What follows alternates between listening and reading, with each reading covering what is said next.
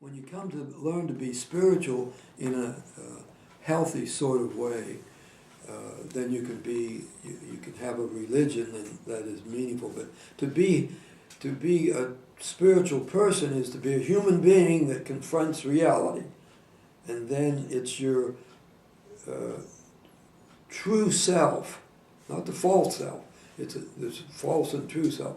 Your true self searching for ultimate meaning. If you have the true self, you have to find out what that is.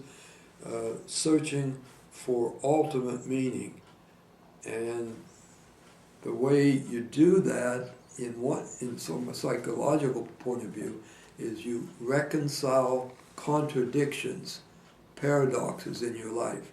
What do you mean by that? Well, that's what happens in disillusionment. You took it for granted and you weren't reconciling contradictions, or even allowing that possibility that you have a wonderful job, but you might get laid off.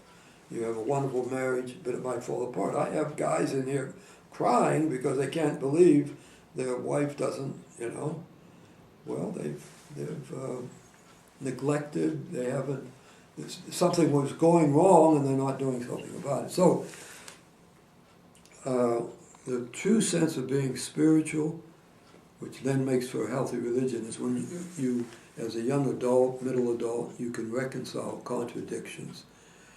I believe, but yet I can doubt. I love, yet I also can hate.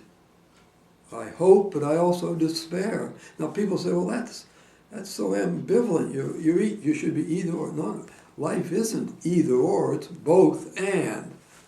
You believe and you doubt. And so you can love your spouse and also dislike certain things in the other person. But it can't be out of proportion.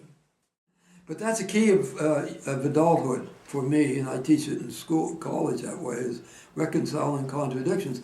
And that's what Jesus was getting to in his paradoxes somewhat. He'd say, love your enemy. What do you mean, love my enemy? I hate my enemy. Contradiction. Can you love your enemy as well as despise or dislike your enemy? Can you hope but also despair? Yeah. Some people write that you can't really hope until you have despaired. You can be disappointed, that's not despair. Despair is total giving up of your belief system and your self-understanding.